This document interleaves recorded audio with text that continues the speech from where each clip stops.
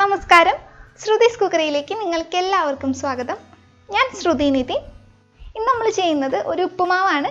അതും വളരെ എളുപ്പത്തിൽ തന്നെ ഉണ്ടാക്കാൻ പറ്റുന്ന നുറുക്ക് ഗോതമ്പ് വെച്ചിട്ടുള്ള ഉപ്പുമാവ്. നമ്മൾ കുക്കറിലൊക്കെയാണ് ചെയ്യുന്നത്, അതുകൊണ്ട് തന്നെ വളരെ പെട്ടെന്ന് ഉണ്ടാക്കാൻ പറ്റുന്ന രീതിയാണ് കാണിക്കുന്നത്. മാത്രമല്ല, ഇതൊരു വെറൈറ്റി രീതിയിലാണ് നമ്മൾ ചെയ്യുന്നത്. റേഷൻ കടയിൽ നിന്ന് കിട്ടുന്ന നുറുക്ക് ഗോതമ്പ് വെച്ചിട്ട് ഞങ്ങൾ ഇങ്ങനെ തന്നെയാണ് ഉണ്ടാക്കാറുള്ളത്. അപ്പോൾ നല്ല ഹെൽത്തി ആയിട്ടുള്ള വിഭവമാണ്. ഇപ്പം നമുക്ക് എങ്ങനെയാണ് ഉണ്ടാക്കുന്നതെന്ന് കണ്ടു നോക്കാം.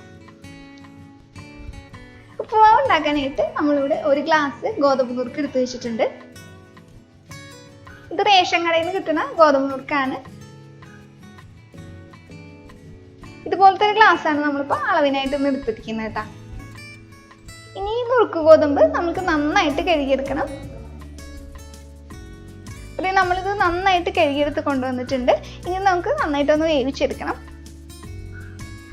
അപ്പോൾ നമ്മളിത് പെട്ടെന്ന് വേവിച്ചെടുക്കാനായിട്ട് ഇന്ന് കുക്കറിലാണ് അത് വേവിക്കുന്നത്.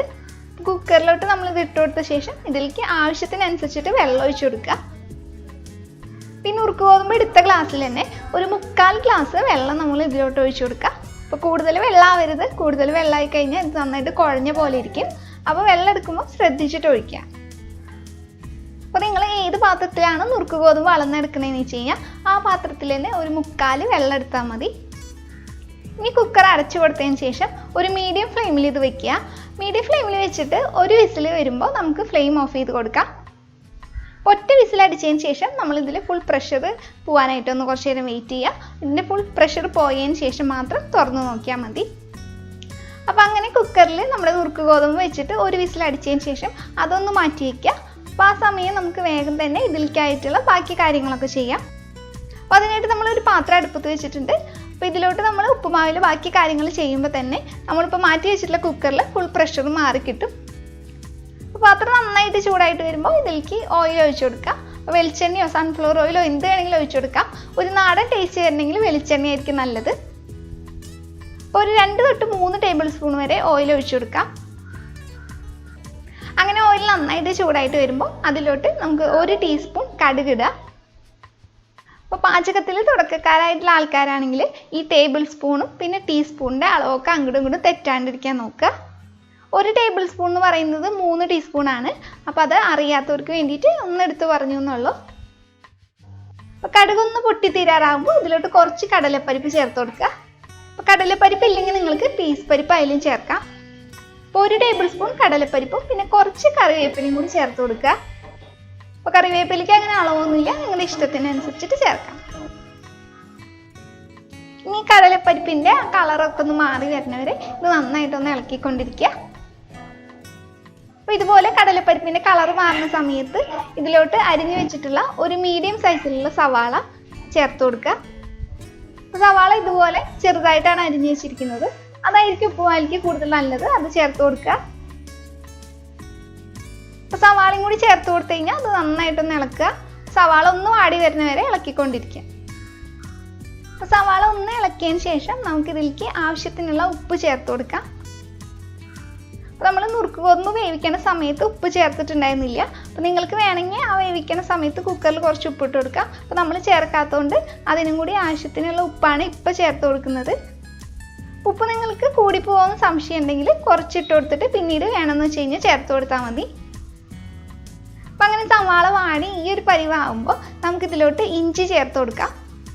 ഇങ്ങനെ പൊടി പൊടിയായിട്ടാണ് ഇഞ്ചി അരിഞ്ഞു വെച്ചത്. അപ്പോൾ ഈ ഉപ്പുമാവിലേക്ക് ഇങ്ങനെ പൊടി പൊടിയായിട്ട് അരിയുന്നതാണ് നല്ലത്. അപ്പോൾ ഇങ്ങനെ പൊടിയായിട്ട് അരിഞ്ഞിട്ടുള്ള ഒരു 1.5 ടേബിൾ സ്പൂണോളം ഇഞ്ചി ചേർത്ത് കൊടുക്കുക. അതിനുശേഷം നന്നായിട്ട് തന്നെ ഇളക്കിയെടുക്കുക. അപ്പോൾ ഒന്ന് നന്നായിട്ട് ഇളക്കി കൊടുക്കുമ്പോൾ ഇഞ്ചിയുടെ നല്ലൊരു മണം വരും. അപ്പോൾ ആ മണം വരുന്ന സമയത്ത് നമുക്കിതിലോട്ട് ആവശ്യത്തിനുള്ള പച്ചമുളക് ചേർത്ത് കൊടുക്കാം. പച്ചമുളകിൻ്റെ അളവൊന്നും ഞാൻ പറയുന്നില്ല, അത് നിങ്ങളുടെ എരിവിനനുസരിച്ചിട്ട് എത്രയാണെങ്കിൽ ചേർത്ത് കൊടുക്കുക. ഒരു 3 or 4 ഒക്കെ നോക്കിയിട്ട് ചേർത്ത് കൊടുക്കുക. എന്നിട്ടൊരു 30 സെക്കൻഡോളം നന്നായിട്ട് തന്നെ ഇളക്കി കൊടുക്കുക. 30 സെക്കൻഡിന് ശേഷം നമ്മൾ ഇതിലോട്ട് ചെറുതായിട്ട് അരിഞ്ഞു വെച്ചിട്ടുള്ള ക്യാരറ്റ് ചേർത്ത് കൊടുക്കുക. അപ്പോൾ ഇങ്ങനെ ചെറുതായിട്ട് അരിഞ്ഞു കൊടുക്കുമ്പോൾ ഇത് പെട്ടെന്നൊന്ന് വെന്ത് കിട്ടാനായിട്ട് എളുപ്പമായിരിക്കും. അതുകൊണ്ടാണ് നമ്മൾ ഇതുപോലെ തന്നെ ചെറുതായിട്ട് അരിഞ്ഞിരിക്കുന്നത്. അപ്പോൾ അത് നിങ്ങളുടെ ഇഷ്ടത്തിനൊക്കെ വേണമെന്ന് വെച്ചാൽ മാറ്റം വരുത്താം. അപ്പോൾ വാടി വരുന്നതിന് സമയമെടുക്കും, അത്രയേ ഉള്ളൂ.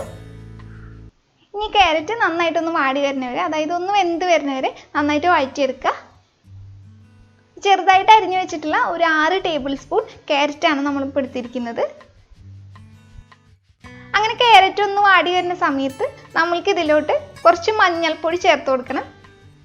അപ്പോൾ മഞ്ഞൾപ്പൊടി ചേർത്ത് കൊടുക്കുമ്പോൾ അധികം ആവരുത്. ഒരു 1/4 ടീസ്പൂണിൻ്റെ പകുതിയോളം ചേർത്ത് കൊടുത്താൽ മതിയാവും. ഒരു 2 നുള്ളു മഞ്ഞൾപ്പൊടിയൊക്കെ തന്നെ മതിയാവും. മഞ്ഞൾപ്പൊടി ചേർത്ത് കൊടുത്തിട്ട് ഒരു 30-35 സെക്കൻഡോളം ഇത് നന്നായിട്ട് തന്നെ ഇളക്കി കൊടുക്കുക.